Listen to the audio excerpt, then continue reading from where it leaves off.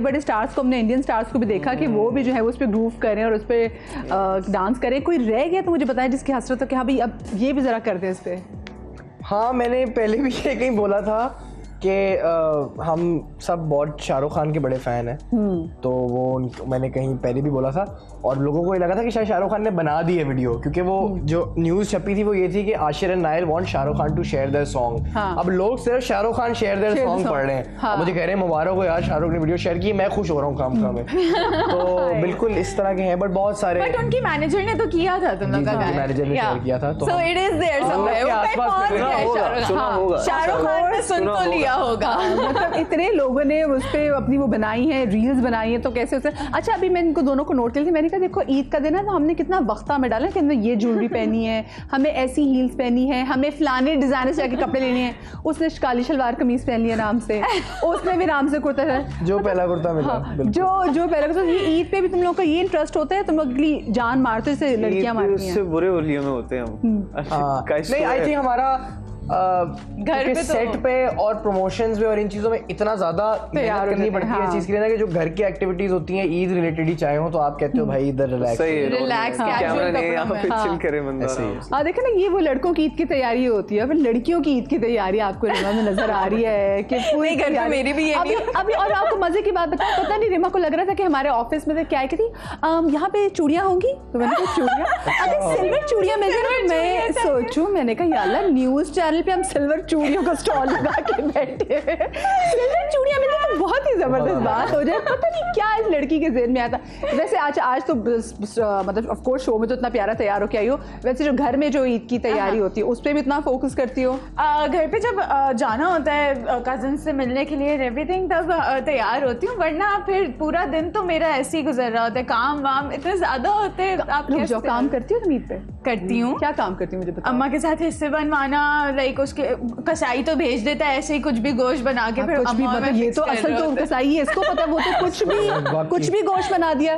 रिमा से तो बेहतर ही, फिर रिमा खुद नहीं, मैं मम्मा के साथ, मम्मा की सुपरविजन होती है कि क्या करना है, फिर उनका थोड़ा हेल्प करवाना, बिकॉज ऑब्वियसली वो अकेली कैसे करेंगे सारा कुछ, तो फिर बस वही हेल्प होती है। सारे वो फिर आगे तकसीम में भी तुम हाथ बटाते हो? तकसीम में इतना नहीं होता, वो डैड कर लेते हैं खुद ही, बट बाकी सारा घर का जो भी काम है वो उसमें करना पड़ता है। क्या बात है, अभी लड़की असल में काम करती है, तुम ये मत समझे। लेकिन इस ईद पे तो आपने नहीं वैसे ऑफ कोर्स किया होगा, क्योंकि अभी आप हमारे साथ भी हैं। आज का तो दिन, आज तो छुट्टी मिल गई होगी अम्मा से। यस, आज छुट्टी मिल गई अल्हम्दुलिल्लाह। अच्छा, मुझे बताएं, ये तो दोनों हैं ही सिंगर्स, आपको गाने का कितना शौक है वैसे? गानों का गाने का शौक बहुत ज्यादा है।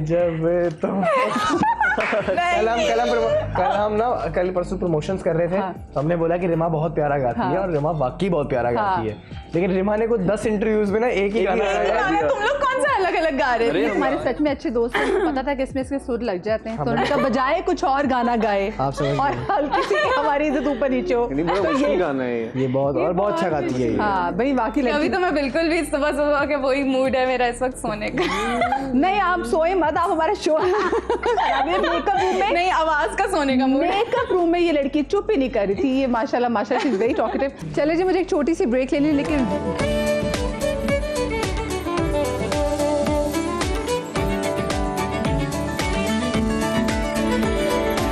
भाई कब से सीख रहे हो मुझे ये बताओ पहले? मैं तो कहाँ सीखा, मैंने नहीं सीखा, और ये बगैर सीखे बहुत प्यारे भाई, जबरदस्त कमाल। तो आगे वैसे कोई प्लान है कि अपना आगे से गाना वगैरह? नहीं, I have a plan. Initially ये था कि हम इस टाइम में जो है वो कोई गाना निकालेंगे, कोई इस तरह की चीज़ करेंगे, बट ऑफ कोर्स चूँकि मूवी आ गई, फिर ड्रामे में भी मैं लगा हुआ था, थोड़ा सा मुश्किल हो जाता है एक्टिंग और म्यूजिक साथ मैनेज करना, बट होपफुली जब ये टाइम निकलता है तो फिर एक गाना मैं लाजमी सुनाऊंगा आप लोगों को। क्या बात है। चले, इस बहाने में कह रही हूँ जो आजकल के नाबालिग अफराद है वो वीसीआर की शक्ल तो देख लेंगे कि वीसीआर किस जिन का नाम था। अच्छा, मुझे ये बताएं, तुम आदि भी फिल्म में हैं, और फिल्म की जरा कास्ट के वाले से ये बताएं। फिल्म में एहतिशाम साहब है हमारे साथ, फायजा हसन है, आदि हैं ऑफ कोर्स, रिमा, आरजू, इरफान भाई, सलीम मेराज, तबस्सुम जी हैं, एवरीबडी इज़ देयर, और बड़ी अच्छी कास्ट है। और बड़ा मुझे लगता है कि बड़ा इंपॉर्टेंट होता है जब भी आप किसी को कास्ट करें तो वो मेरा हमेशा से मानना रहा है कि आप किसी भी कैरेक्टर ऐसा करें कि आवाम देख के बोले यार इसके अलावा कोई और नहीं कर सकता, कोई कर नहीं सकता था। तो आई थिंक सब में जितने भी लोग जो अपना किरदार निभा रहे हैं उनके अलावा मुझे नहीं लगता और आप लोगों के साथ इतने ज़बरदस्त, इसराज साहब के भी आप नाम ले रहे हैं, ये सारे बहुत बड़े बहुत पक्के नाम हैं। अब इरफान साहब भी हैं, इरफान मोतिवाला, ये तो बड़े ज़बरदस्त नाम है जो पता नहीं फील्ड में कब से काम कर रहे हैं। अच्छा, सबसे ज़्यादा मुझे बताएं कौन आपको सेट पे सख्त लगता था? नबील ज़रा सख्त थे या फिर फिजा ज़रा सख्त थे या फिर कास्ट में? तो हमारे डीओपी सबसे ज्यादा सख्त लगता है, राना भाई से मुझे बड़ा डर लगता है। मुझे लगता है कि किसी की भी बात अगर वो हो गई, इग्नोर हो गई, सही है, लेकिन राना भाई कुछ कह रहे फौरन सुन लो वरना वो डांट देंगे। अच्छा, डांट पड़ी सेट पे? डांट तो नहीं पड़ी, बट मुझे उनका ऐसा लगता है कि वो ऐसे डांट देंगे, कभी डांट देंगे। आपको पड़ी डांट? बहुत ही पड़ी है जिनका जिक्र करी राना भाई से।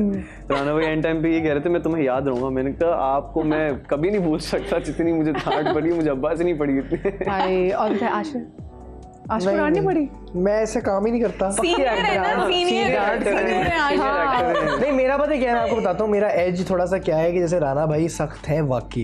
ये मेरी जिंदगी का पहला ड्रामा मैंने राना भाई के साथ किया था, जिंदगी की पहली मूवी उनके साथ की थी, तो वो मेरा ख्याल है उन थोड़ा सा वो वाला सॉफ्ट कॉर्नर उनका है। और बाकी ये कि हाँ, हमारे डायरेक्टर नबील भाई से हमारी बहुत दोस्ती है, बट वो सख्त उस तरह से थे कि सीन के बीच में अगर कोई हमें कभी ज्यादा थोड़ा शुगल वुगल कर रहे होते थे तो वो कहते थे यार फोकस हो जाओ। अच्छा, मुझे एक बात, नबील की हर फिल्म में कोई ना कोई ऐसी डांस नंबर जरूर आता है जिसमें नबील आके डांस करते हैं। मुझे बताओ, नबील नहीं कर रहे यार, हमने उनको बड़ा बोला कि मूवी में खुद आए कोई कैरेक्टर कुछ करे। पूछो नबील से कि हम सौतेले हैं, हमारे डांस भी हमारी तरह डांस नहीं किया। आई थिंक वो इतना टफ शूटिंग स्केड्यूल था कि उन्होंने कहा भाई अगर मैं इस टेंशन में पड़ गया कि मैंने भी कुछ करना है तो डिस्ट्रैक्ट ना हो जाऊं, तो इस फिल्म में नहीं उन्होंने कुछ किया। हज़रात, नबील का रक्स आपको देखने को नहीं मिलेगा। नबील ने अलबत्ता इनको बड़ा जो है वो रक्स कराया है। अच्छा, एक कॉलर भी हमारे साथ हैं, एक सरप्राइज कॉलर हैं और वो भी इस फिल्म में थी, हमारे साथ मौजूद भी हैं। अस्सलाम वालेकुम जी। वालेकुम अस्सलाम। कैसी हैं आप? ठीक ठाक हैं? अल्हम्दुलिल्लाह। आप कैसी हैं? बिल्कुल ठीक भाई। ये आप देख रही हैं आपकी साहबजादी जो है हमारे साथ बैठी हुई है, पहचान गए अम्मा को? मैं कैसे, मैं तो सोते हुए तो पहचान जाऊं अम्मा की। राशिदा तबस्सुम साहब हमारे साथ मौजूद हैं जो कि भाई माँ की मदर भी हैं और वो भी इस फिल्म में हैं। अच्छा, तो राशिदा जी से आपका कैसा एक्सपीरियंस रहा अपनी बेटी के साथ काम करना, वो भी फिल्म में? अच्छा, बात ये है कि रिमा मेरे साथ नहीं थी, मेरे साथ हैं आशिर और ये समर और आदि। तो रिमा के साथ मेरा इतना इंटरेक्शन नहीं था उसमें, कोई आपका सीन नहीं था इनके साथ। तो लेकिन समर और आशिर का एक हम लोगों का जॉइंट सीन था और उसमें इतना मजा आया कि आदि जो था ना उसमें हंसना था ना किसी बात पे, तो फुर करके हंसते थे। और इनकी प्लेट, हम लोग सब पुलाव खा रहे हैं और उस प्लेट में जाके सबके में पानी गिर जाता है और इन दोनों की शक्लें देखने वाली कि यार अब इसको खाएं कैसे। और वो 2-3 बार ऐसा ही हुआ ना, और फिर पूरे पुलाव में वही उसका थूक और पानी सब शामिल हो गया था। तो आदि ने इतना शुगर किया, उसको तो कोई फर्क नहीं पड़ रहा था, लेकिन हम सबको फर्क पड़ रहा था। हमें फर्क पड़ रहा था, हर बार पीके जा रहे थे हम, वही खाए जा रहे थे, तो हमें खाना पड़ रहा था ना, इसलिए हमें फर्क पड़ रहा था। अल्लाह, और आदि तो बड़ा खुश होगा। प्यार आदि के लिए सबका। और हमारे डायरेक्टर की एक बहुत अच्छी बात जो मुझे लगी वो ये थी कि वो हमें हर सीन ना बताते थे कि कैसे करना है।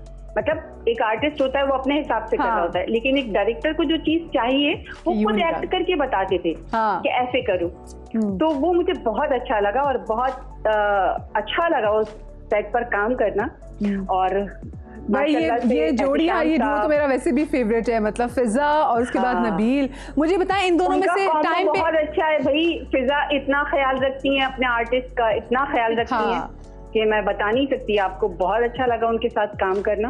और एहतिशाम साहब और जो थी फायजा हसन, इनके साथ काम करने का तो मजा ही अलग है भाई। एहतिशाम साहब इतना हंसाते हैं ना, इन बच्चों से पूछिएगा, बहुत हंसाया उन्होंने सेट पर। तो लेकिन अभी बच्चों की जो बात आपने हमें बता दी, मजे का ये बात कि वो पानी और थूको जो पुलाव था वो किस दिल से खाया, मुझे वो लेकिन सच में खाया, बड़ा थूक मजा रहे आया थे। और आप लोगों को फिल्म देखकर बहुत मजा आने वाला है इंशाल्लाह, वो तो मैं पूरा यकीन है। इंशाल्लाह। वो तो असल में प्लान नहीं था कि वो थूकेंगे उसमें, और ना ऐसा था, बस हमने बस खांसना था इस तरह हाँ। से। वो आदि भाई अपनी तरफ से इम्प्रोव के चक्कर में उन्होंने हर बारी जब भी एक्शन बोला डायरेक्टर ने पानी पिया और थप करके यूं मुंह पे हमारे, और हम तो लिटरली गीले हो जाते थे वो पानी में, और वो फिर हमारी खाने में फिर वो हमने बाइट भी लेना उसी में से ही।